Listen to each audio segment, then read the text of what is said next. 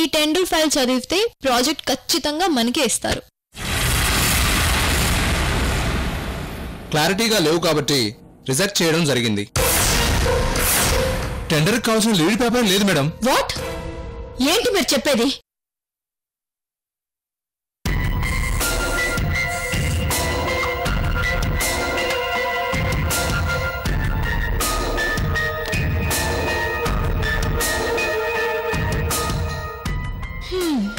పాపం, ఈ పాటికి అమ్మమ్మ మనవరాలు కలిసి టెండర్ రాలేదనే అవమానంతో ఫీల్ అయి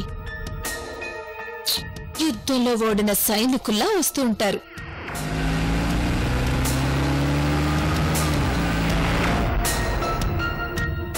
నానమ్మ కోపం వచ్చినా అవమానం కలిగినా అస్సలు తట్టుకోలేదు. ఈ విషయంలో అస్సలు భరించలేదు. ఈ రోజుతో ఆ నందిని ఎగ్జిట్ అవ్వాల్సిందే. నందిని, నందిని, నందిని, నందిని, నందిని! వావ్, వాయిసే ఇంత భయంకరంగా ఉంటే వయలెన్స్ ఇంకెంత భయంకరంగా ఉంటుందో వెళ్ళి చూద్దాం.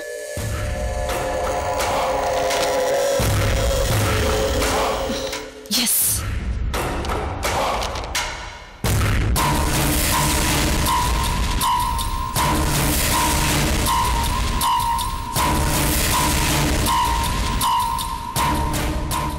ఏంటమ్మమ్మా? నిన్న నువ్వు ఫైల్ చెక్ చేసినప్పుడు అన్నీ కరెక్ట్ గానే ఉన్నాయి కదా? కరెక్ట్ గానే ఉన్నాయమ్మమ్మా. మరి అక్కడికి వెళ్ళి చూస్తే ముఖ్యమైన డాక్యుమెంట్స్ ఎలా మిస్ అయ్యాయి చూడు.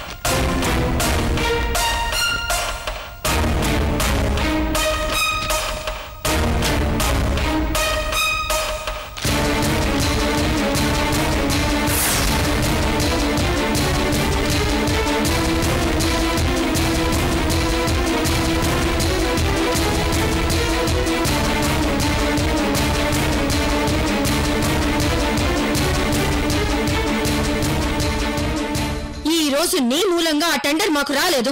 నేను నా మనవరాలు అందరి ముందు తలదించుకోవాల్సి వచ్చింది.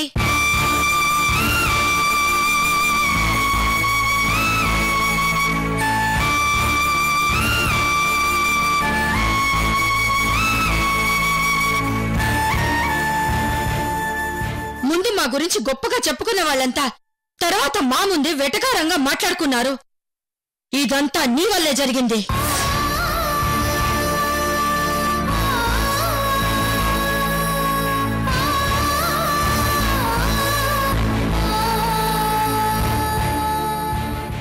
ఎప్పుడైనా టెండర్ వేశానంటే అది నాకే వచ్చేది.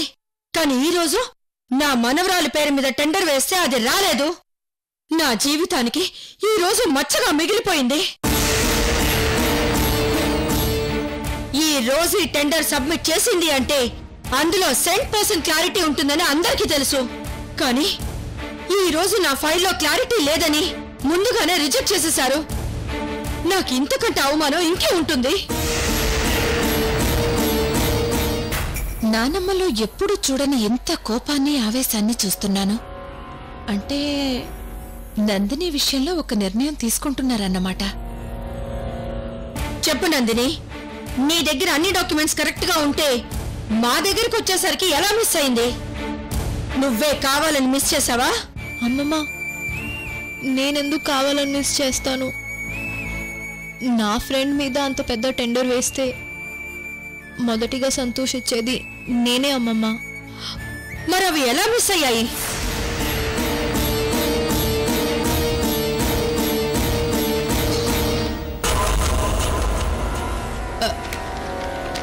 నానమ్మా అక్కడేవో పేపర్స్ ఉన్నాయి.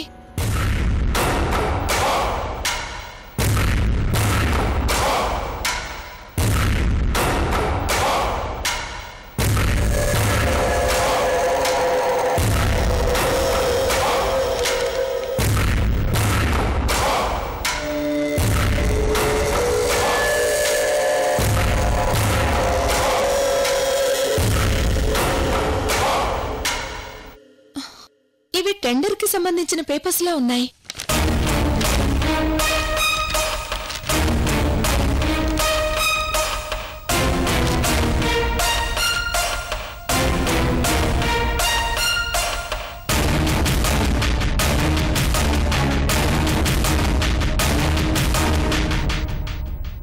ఏంటి నందిని ఇది? ఫైల్లో ఉన్న డాక్యుమెంట్స్ అన్ని కరెక్ట్ గా ఉన్నాయో లేదో చూసుకుని ఉండుంటే మనకు ఆ టెండర్ వచ్చిండేది కదా. ఎందుకు ఇలా చేశావు?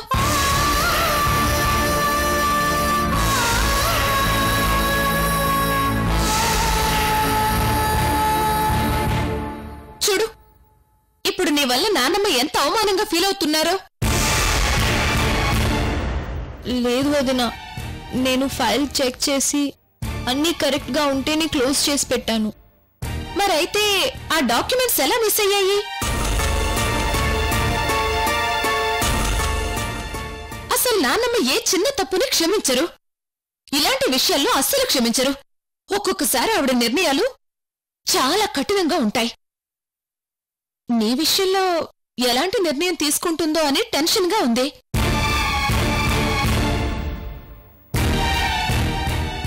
ఈవిడేంటి అమ్మమ్మని కావాలని రెచ్చగొడుతుంది?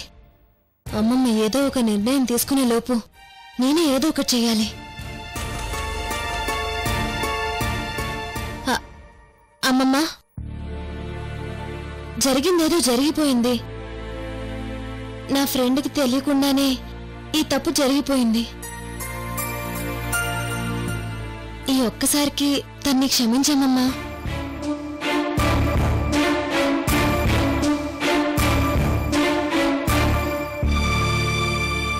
అవునమ్మా, పాప నందిని ఎప్పుడూ రోజీ మంచే కోరుకుంటుంది తప్ప చెడు కోరుకోదు. ఎక్కడో ఏదో పొరపాటు జరిగిందమ్మా, ఈసారి కొదిలే.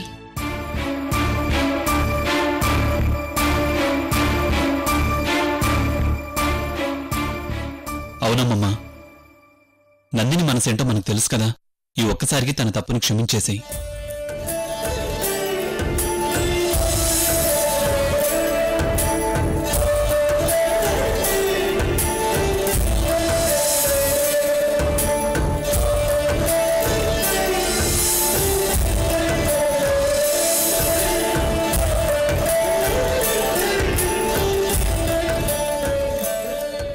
చూడమ్మా, నువ్వు ఈ ఇంటి గెస్ట్వి. ఏదో నా మనవరాలికి ఫ్రెండువి కదా అని అభిమానిస్తున్నాను. అంతేకాని మా విషయాల్లో కలుగు చేసుకుని నష్టాలకి అనర్థాలకి కారణం కావద్దు. ఇంకోసారి ఇలా జరిగితే మాత్రం నేను నిన్ను క్షమించను. రోజీ, నందిని లోపలికి తీసుకెళ్ళు. సరే అన్నయ్య.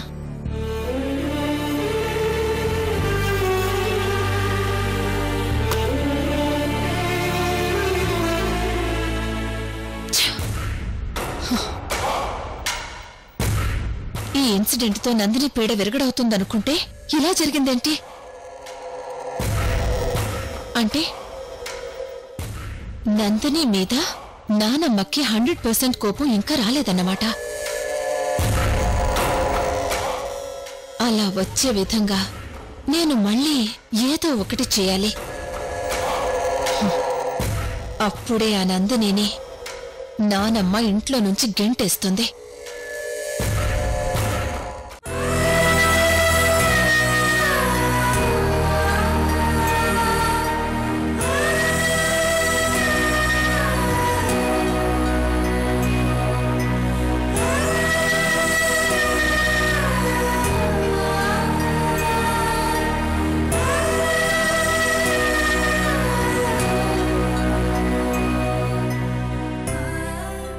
సారీనే, ఇందాక అమ్మమ్మ నిన్న అలా తిడుతుంటే చూస్తూ ఉండిపోయాను తప్ప ఆపే స్థితిలో లేను.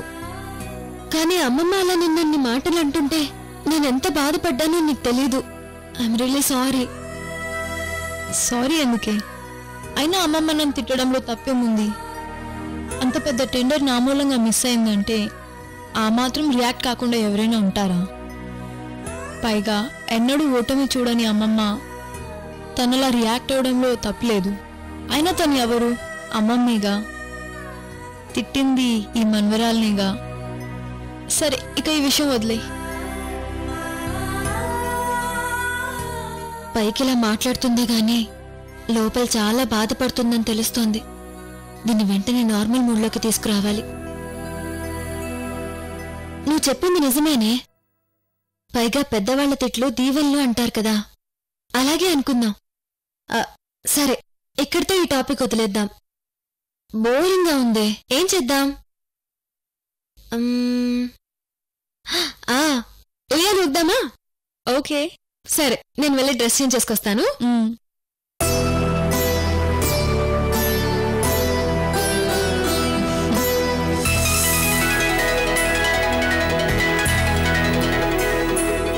ముందు నేను. ముందు నేను.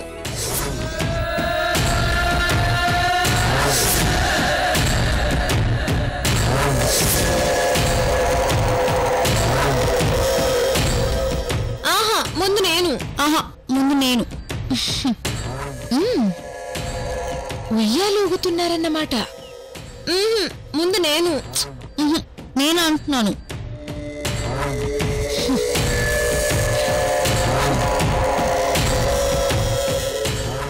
వీళ్ళు నా కోసమే ఉయ్యాలు ఊగుతున్నారు. Yes, yeah, okay. నేను ముందు ఊగుతా. నేను ముందు. నేను.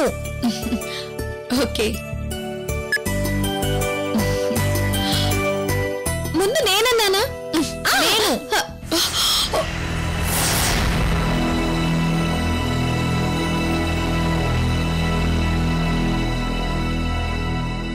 సరే, నువ్వే ఊగు. సరే, సూపర్, ఎక్కు.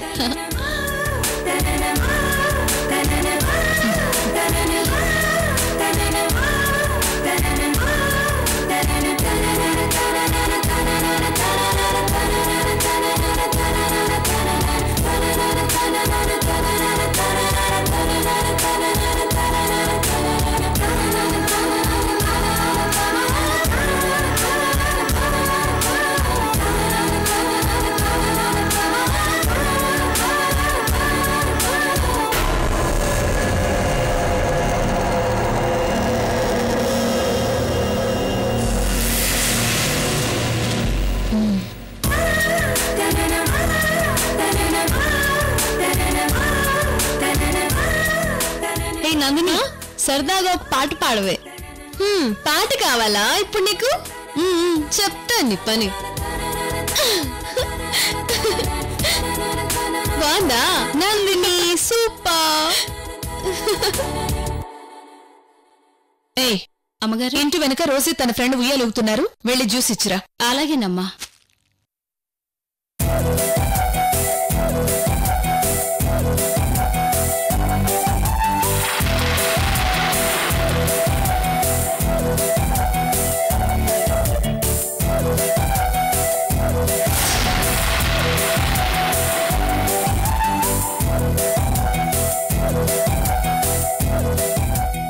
అమ్మా, జ్యూస్. హే, జ్యూస్ రా, తాగేసేద్దాం. ఓకే, దారా.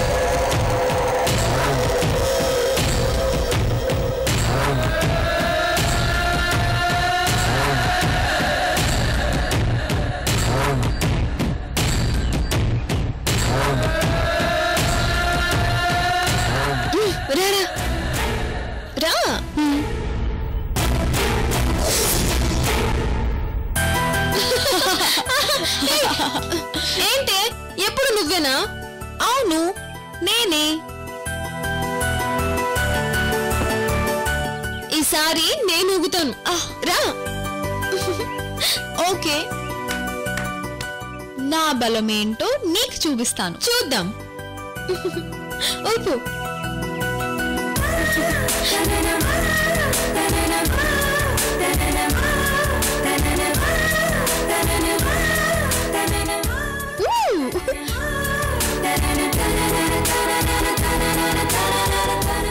ఏంటో బలం చూపిస్తా అన్నావు, ఇంతేనా? గట్టిగా ఊపే. అతివేగం పనికిరాదు మేడం, చాలా డేంజర్. ఎక్స్ట్రా చేయకుండా నోరు మూసుకొని గట్టిగా ఊపు. ఊపు. ఏంటి ఎక్స్ట్రాలు చేస్తున్నానా? ఇప్పుడు చూడు. సరే సరే చూద్దాంలే, ఊపు.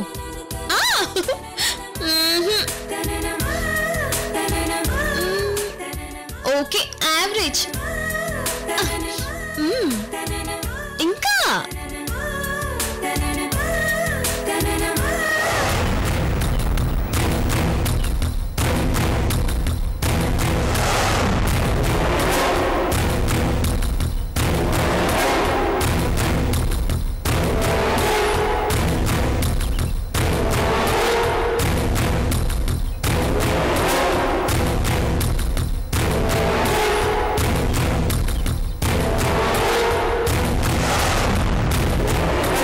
నానమ్మా, నానమ్మా, ఏంటి?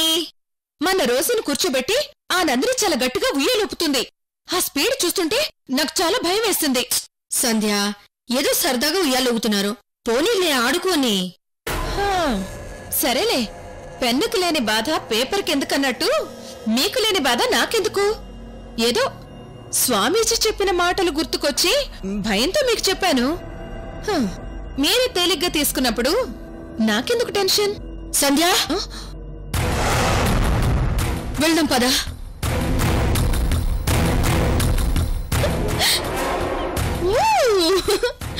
ఇంకా గట్టిగా, ఫాస్ట్ గా.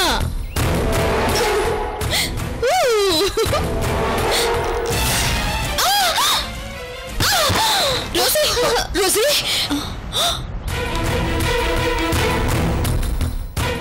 రోసీ, నీకేం దెబ్బలేం తగలేదు కదా? అమ్మమ్మ, ఐమ్ ఫైన్ అమ్మమ్మ, నాకేం కాలేదు.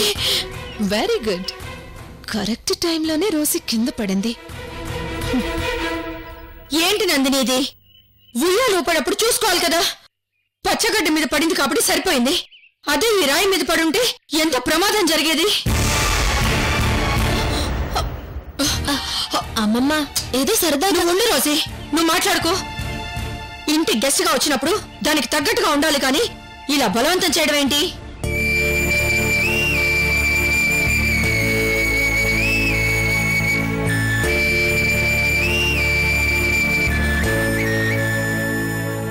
అసలే ఇంటి మనుషులకి ఏదో జరుగుతుందని ఆ స్వామీజీ చెప్పిన దగ్గర నుంచి మేము చాలా టెన్షన్ పడుతున్నాం. ఈ టైంలో నువ్విలా చేసి మమ్మల్ని ఇంకా టెన్షన్ పెట్టాలని చూస్తున్నావా?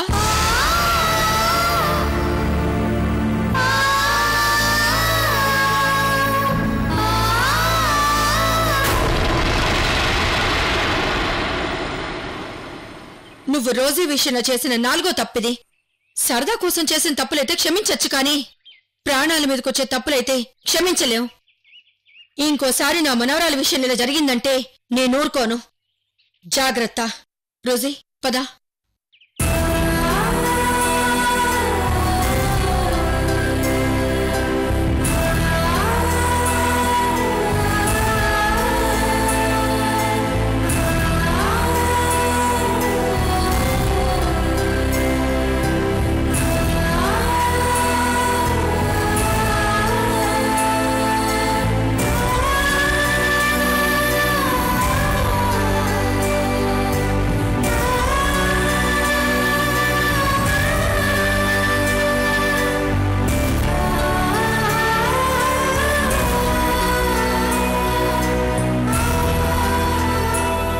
అమ్మయ్యా, ఈ సీన్ బాగా పండింది. అంటే నా ప్లాన్ బాగా వర్కౌట్ అయింది.